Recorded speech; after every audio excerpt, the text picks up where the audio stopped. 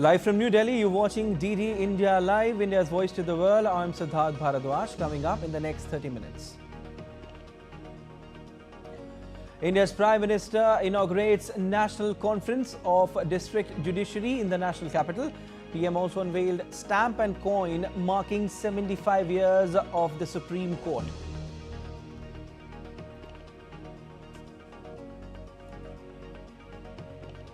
With an aim to boost connectivity in the Indian states of Uttar Pradesh, Tamil Nadu and Karnataka, Prime Minister Narendra Modi to flag off 3 Vande Bharat trains.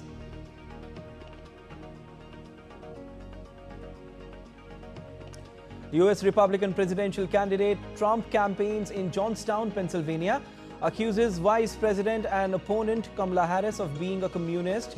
Polls show Kamala Harris pulling ahead in key states.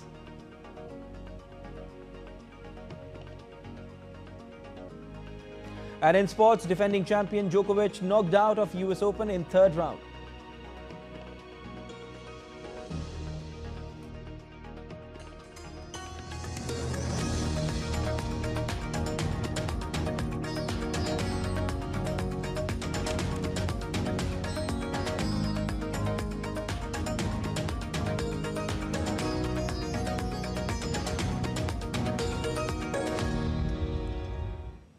India's Prime Minister Narendra Modi inaugurated the National Conference of District Judiciary at Bharat Mandapam in New Delhi. Those in attendance at the event included Chief Justice D.Y. Chandrachud and Union Minister for Law and Justice Arjun Ram Meghwal. The two-day conference, organized by India's Apex Court, will feature 5 sessions on district judiciary issues, including infrastructure, inclusive courtrooms, judicial security, case management and training.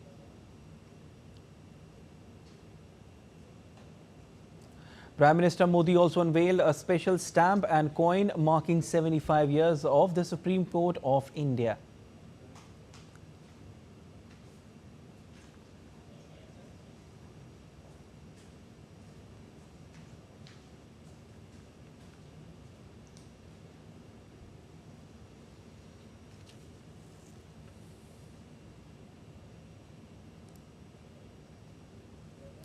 Addressing the gathering, Prime Minister Narendra Modi noted that significant efforts have been made at various levels to eliminate delays in justice in the past decade.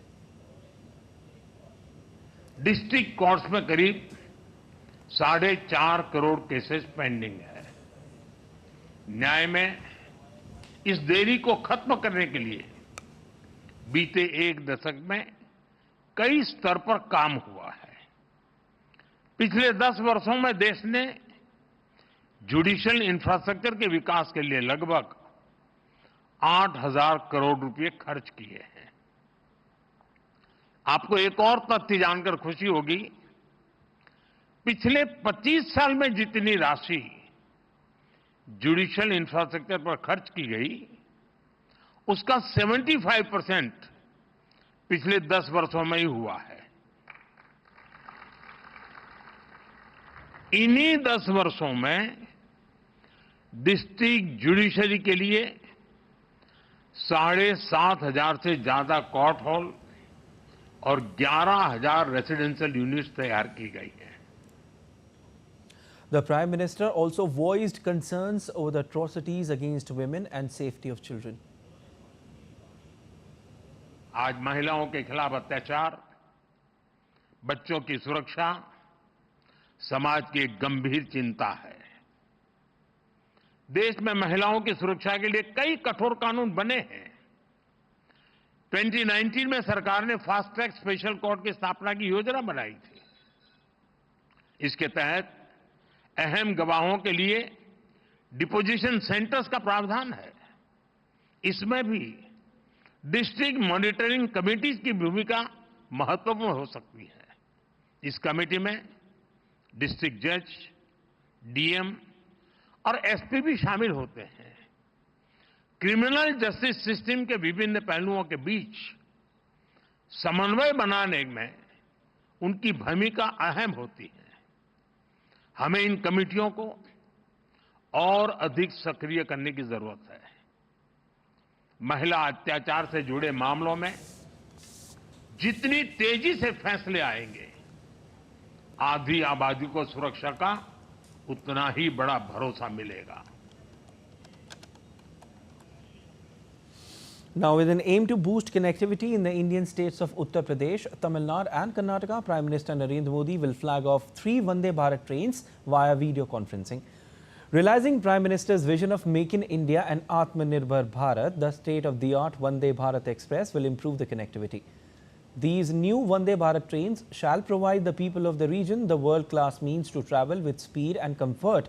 The introduction of these Vande Bharat Express trains will herald a new standard of rail service to meet the needs of regular travelers, professionals, business and student community in immense measure. External Affairs Minister Dr. S. Jaishankar on Saturday said that China is a problem not only for India but China is a global problem. External Affairs Minister Jaishankar was speaking in talk on foreign policy and India's relations with the world in World Leaders Forum in Delhi. He said that every country in the world has problems with China, and so India specifically should scrutinize whatever investments are coming in from that country. There is a general China problem. We are not the only country in the world which is having a debate about China. Go to Europe and ask them, what is today among your major economic or national security debates? It's about China.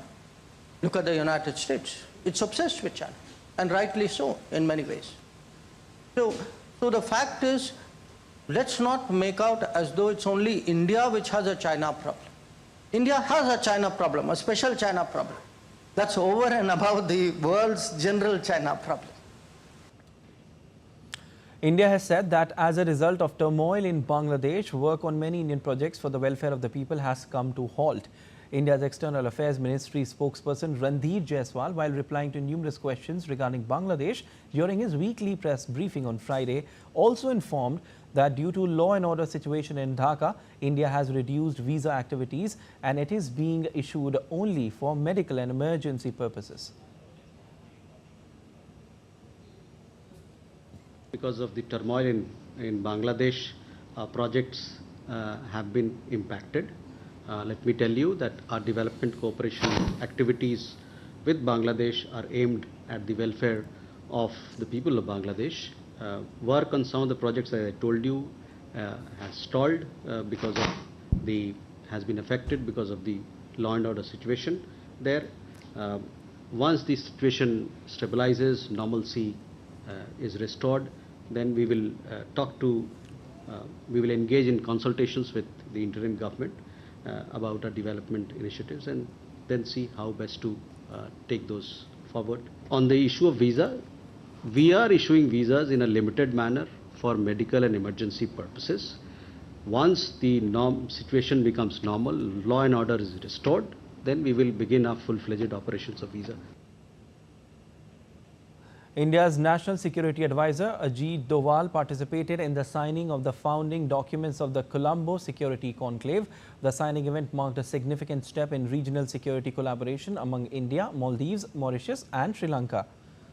Following discussions at the 6th NSA level meeting held in December 2023 in Mauritius, the Charter and Memorandum of Understanding of the Conclave were signed in Colombo, which will pave way for establishing the CSC Secretariat. The agreement aims to enhance the grouping's role in addressing security and stability challenges in the Indian Ocean region. All right, let's take a look at other stories making news today. Surpassing world's leading digital payments platforms, India's Unified Payments Interface (UPI) processed nearly 81 lakh crore transactions in the April-July period this year. According to latest data by global payments hub PaySecure, UPI processed 3,729.1 transactions per second, a 58% surge over the 2,348 transactions every second registered in 2022. A helicopter being airlifted by an Mi-17 chopper of the Indian Defence Forces crashed in the hills near Kedarnath on Saturday. The incident happened after the towing rope snapped mid-air. However, there are no reports of any casualties so far. The State Disaster Response Force team has reached the spot of crash and relief work is underway. And a young boy drowned in an overflowing river due to heavy rainfall in India's Jammu and Kashmir Naili village. A search operation by State Disaster Response Force is underway. The maximum temperature also dropped across Jammu and Kashmir amidst rainfall in multiple areas of the Union Territory. The Indian Meteorological Department issued a warning about Cyclone Asna, which is currently a deep depression over the Arabian Sea. The cyclone is bringing heavy rains to state of Gujarat, but is expected to shift west-northwest over the northeast Arabian Sea and move from the Indian coast in coming hours. The Weather Department also stated that the deep depression has been moving at a speed of 14 km per hour with a latitude of 23.6 degrees north and a longitude of 66.4 degrees east. As the storm approaches, residents are urged to stay alert and heed official warnings to ensure safety during this critical time. Also, due to heavy rainfall, numerous towns and thousands of villages experienced waterlogging in the state of Gujarat. The State Emergency Operations Centre reported that state has witnessed almost 111% rainfall so far, and more rain is forecast till September 5th. Doordarshan city, previously hit by a flood-like situation due to the swollen Vishwamithri river, is gradually returning to normalcy as water level has receded in most regions. Meanwhile, India's Meteorological Department has issued a warning of heavy rains in southern state Telangana for next 3 days. A low-pressure system formed in the Bay of Bengal is likely to intensify into a cyclone by Saturday and concentrate in the northwest Bay of Bengal. Weather officials have clarified that the combined effect of these weather systems will result in significant rainfall in the state. Residents have been advised to take necessary precautions and stay alert for the next 3 days. At least 6 people were dead as Typhoon Shanshan crept eastward through Japan on Saturday, drenching large areas with torrential rain, triggering landslide and flood warnings hundreds of kilometers from the storm's center. Homes with roofs partly sheared off, while cars drove wheels deep on flooded roads in the country's southwest. The storm made landfall in Kyushu on Thursday, bringing record levels of rainfall. According to officials, 1 person was missing and more than hundreds have been injured. More than 35,000 homes were without power in southern Kyushu's Kagoshima prefecture. Authorities have issued flood and landslide warnings around the country since the storm's arrival, halting air and rail services and shutting factories. The storm is forecast to weaken to a tropical depression over the weekend, but is expected to continue to bring heavy rain.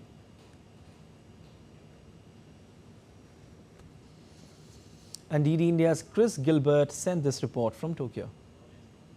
What was Typhoon Shanshan battering West Japan earlier in the week is now becoming Tropical Depression Shanshan. That's 3 categories below Typhoon, but that is not to downplay the havoc that it has wrought and the dangers and perils which still remain, starting with West Japan in Kyushu, where at the storm's peak, power was cut to 250,000 households. In Miyazaki City in Kyushu alone, there were 160 reports of damage to buildings, 70% of them due to strong winds which ripped the roofs and walls of many structures, and there were also 22 injuries in Miyazaki as well, largely from the high winds when windows blew out, covering passers-by in glass. And there's still the strong danger of landslides and mudslides that could eventuate from deluges all over the country. 3 people have died already in a landslide which hit a house in central Aichi prefecture with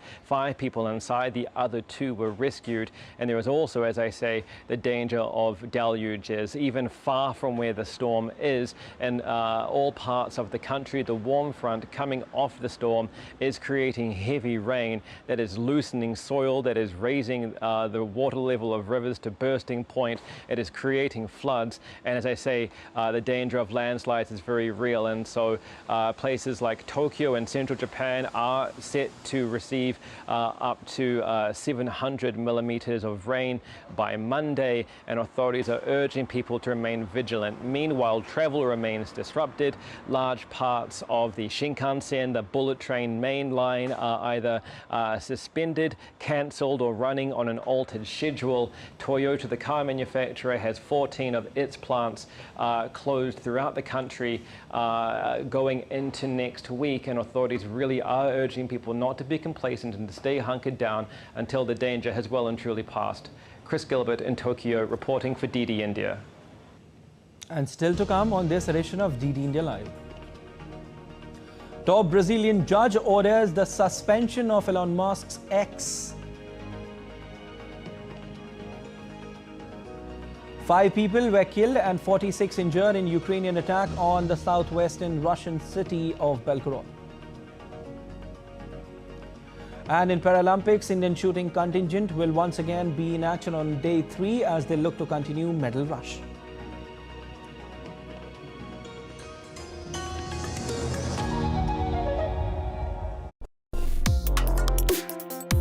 Complex issues, hidden agendas, twists and turns, strategic games.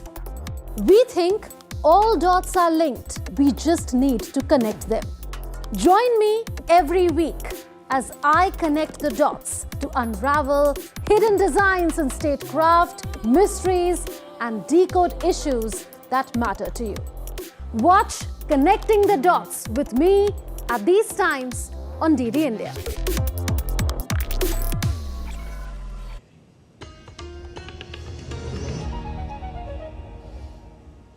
You're watching DD India Live. I am Siddharth Bharadwaj.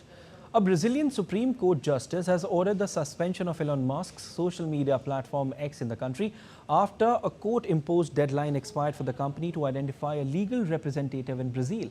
The move further escalates the ongoing feud between Brazilian Supreme Court Justice Alexandra de Moraes and Elon Musk, which also included the freezing of the satellite internet provider Starlink's financial accounts in Brazil. Amid the underlying feud over X, Brazil's Supreme Court also blocked the local bank accounts of the Starlink satellite internet firm, which is 40% owned by Musk, leading the company on Friday to ask the court to suspend that decision. At the Moms for Liberty conference, former US President Donald Trump criticized Vice President Kamala Harris, calling her a defective person. The event aimed to galvanize support among Trump's base, focusing on conservative education policies. Trump addressed issues like school choice and transgender athletes, while also criticizing the Biden administration's education approach. Trump expressed surprise over Harris's limited media presence, suggesting that her lack of interviews reflected poorly on her capabilities. She's defective. She's a defective person. And we don't need another defective person as President of the United States. We just had that. As Trump addressed the crowd, he underscored the stance on issues like transgender surgeries by calling those horrible and crazy. All of the things we're talking about, no men and women sports, no gender operation. I mean, these operations, it's crazy. You know, I don't know if you know, Europe has gone totally away from it now. Yes, sir. We're way behind them. They don't do it anymore. And this is just horrible. But who could even believe this is happening? So think of it. You have these parents that end up in fistfights at school meetings, and the parents mean well. They end up getting arrested, put in prison. Earlier on Friday, Donald Trump held a campaign rally in Johnstown, Pennsylvania for the first time since his attempted assassination in Butler on July 13. Donald Trump ramped up his verbal attacks on Vice President Kamala Harris, describing her impact at every place she has, in fact, visited in bad light. Trump also accused Vice President and opponent Kamala Harris of being a communist. Opinion polls show Trump has lost ground with women voters since Vice President Kamala Harris became the Democratic candidate in November 5 election. 67 days from now, we're going to win Pennsylvania. We're going to defeat Comrade Kamala Harris. If you look at Kamala and you look at what she's done to every place she's touched, has turned to shit. Every single place she's touched. Updates on Russia-Ukraine conflict now. 5 people were killed and 46 injured in Ukrainian attack on the southwestern Russian city of Belgorod late on Friday. Video showed another car being blown up while moving on the road. Seconds later, an explosion is seen on the other side of the road. Meanwhile, a Russian-guided bomb attack on Ukraine's northeastern city of Kharkiv hit a residential building and a playground on Friday, killing 7 people and injuring at least 77. Kharkiv has been the focus of heavy Russian bombing throughout the conflict, although there had been a drop in intensity in recent weeks, possibly related to a shock incursion launched by Ukrainian forces into Russia's Kursk region. The European Union's defense ministers have wrapped up a meeting in Brussels focused on the bloc support for Ukraine. The EU will consider training more Ukrainian soldiers and may lift restrictions on their weapons being used by Kyiv to strike deep into Russian territory. DD India's Alex Carrier reports from Brussels. The big focus for the defense ministers at this meeting was Ukraine. We heard that from Josep Borrell, and we heard that from, frankly, most of the EU's defense ministers. That was divided into 3 sections. One was support for Ukraine and whether or not neighboring countries, particularly Poland, would start intercepting Russian assets flying through their airspace to target Ukraine. That has been a request by the Ukrainian government for a while. There is concern from Poland, from the NATO alliance, from the EU that if they do shoot down Russian weapons in their skies, that involves them in a way that could risk escalation. That was one big question. The other one, of course, was with regards to Ukrainian air defense and whether or not the European Union would consider allowing Ukraine to strike deeper into Russian territory with European weapons. That is something that, particularly when it comes to Germany and France and their weapons, there are still restrictions placed on how deep into Russia Ukraine could use them. The Ukrainian government wants to target Russian military infrastructure deep into the country. That same infrastructure being used to strike civilian targets in Ukraine. So that was a big part of this meeting as well. We heard from the foreign ministers just a day before looking at potential sanctions against 2 Israeli ministers, not officially confirmed, but the assumption is it's the finance minister, Bezalel Smotrich, and the national security, Itamar Ben-Gvir. Josep Borrell, the EU's top diplomat, pushing quite hard for sanctions based on their statements about Palestinians, something which Josep Borrell said could have been in breach of international law. So clearly the focus on Ukraine, on possibly lifting those restrictions, on possibly shooting down Russian assets in European skies, and of course on funding Ukraine's reconstruction with frozen Russian assets after the war. So a lot for those defense ministers to get through. In Brussels, Alex Carrier reporting for DD India. Israel's military has said that its forces killed 2 attackers in separate incidents in the West Bank. One of the attackers infiltrated an Israeli settlement and another shot at soldiers after his car exploded. The Israeli army said that terrorists attempted to run over a security guard at the entrance of a community settlement. In another incident, a car caught fire and exploded in a gas station. The army said it shot the terrorist who exited the vehicle and tried to attack them. The United Nations will start vaccinating over 600,000 children against polio in Gaza Strip on Sunday during daily 8-hour pauses in fighting between Israel and Hamas. The World Health Organization says that at least 90% of the children need to be vaccinated twice, with 4 weeks between doses for the campaign to succeed. Last week, a baby was paralyzed by type 2 polio virus, the first such case in the Gaza Strip in 25 years.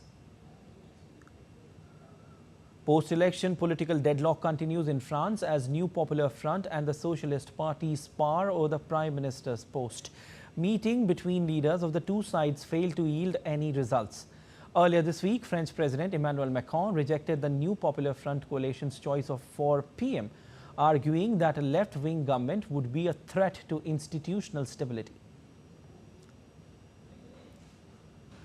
And at least 2 people lost their lives in Recife, Brazil, when a church roof collapsed during a food distribution event. Approximately 17 others received medical treatment, and officials have stated that no further fatalities are expected. Search efforts are still underway as rescue teams continue to comb through the rubble.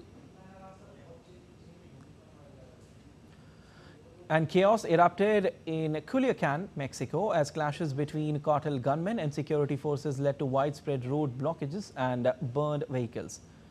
The violence began when armed forces were attacked en route to the municipality of Cisas Maria, sparking a confrontation. 2 soldiers were injured in the shootout, with armed groups setting fire to trucks and buses, causing major traffic disruptions. And the MSC Mary has set a new record as the largest vessel to transit the Panama Canal, capable of carrying 17,640 containers. The cargo ship passed through the port of Manzanillo on the Mexican Pacific and is headed for a Caribbean port. On to sports. Defending champion Novak Djokovic suffered a shocking US Open exit after losing to Alexei Popyrin in the 3rd round. Djokovic suffered a major upset at the hands of Australian Alexei Popyrin with 6-4, 6-4, 2-6, 6-4 defeat in the 3rd round of the US. Popyrin, who lost to Djokovic at both the Australian Open and Wimbledon this year, has reached the round of 16 of a major for the first time.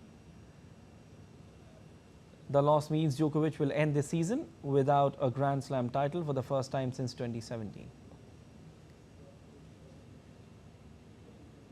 Indian para-archer Rakesh Kumar has entered into pre-quarterfinals of the compound men's open category at the Paris Paralympics. Rakesh Kumar began his campaign with a 136-131 win over Senegal's Ailou Dramé. 5th seed Rakesh started strongly though, hitting 1 perfect 10 in the first end to take a 3-point lead. Ailou took the second end with 1-point win, but Rakesh still held his lead and extended it by 5 points in the third end, shooting 2 10s. The Indian went on to establish a 6-point lead, winning the 4th end. Asian Para Games silver medalist Rakesh will face Indonesia's Ken for a place in the quarterfinals.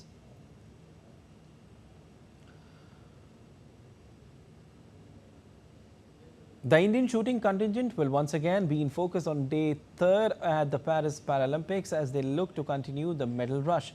Parachuters Rubina Francis and Swaroop Mahavir will once again have big medal hopes on their shoulders when they step on to the shooting range. They will start the day with the qualification and turn their attention towards the finals if they are able to make it.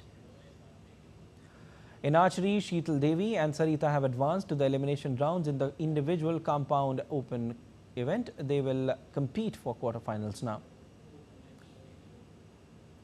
Also in badminton, Mandeep Kaur and Manisha Ramadas will compete in the women's singles, while Nitesh Kumar and others will hope to progress in the men's singles.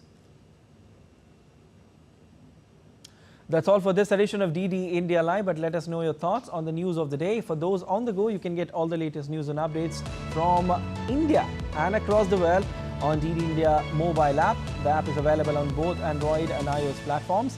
You can scan the QR code on the screen to download now. We'll be back with more news as it breaks here on DD India. I'm Siddharth Bharadwaj from all of us here in Delhi. Thanks for watching DD India Live.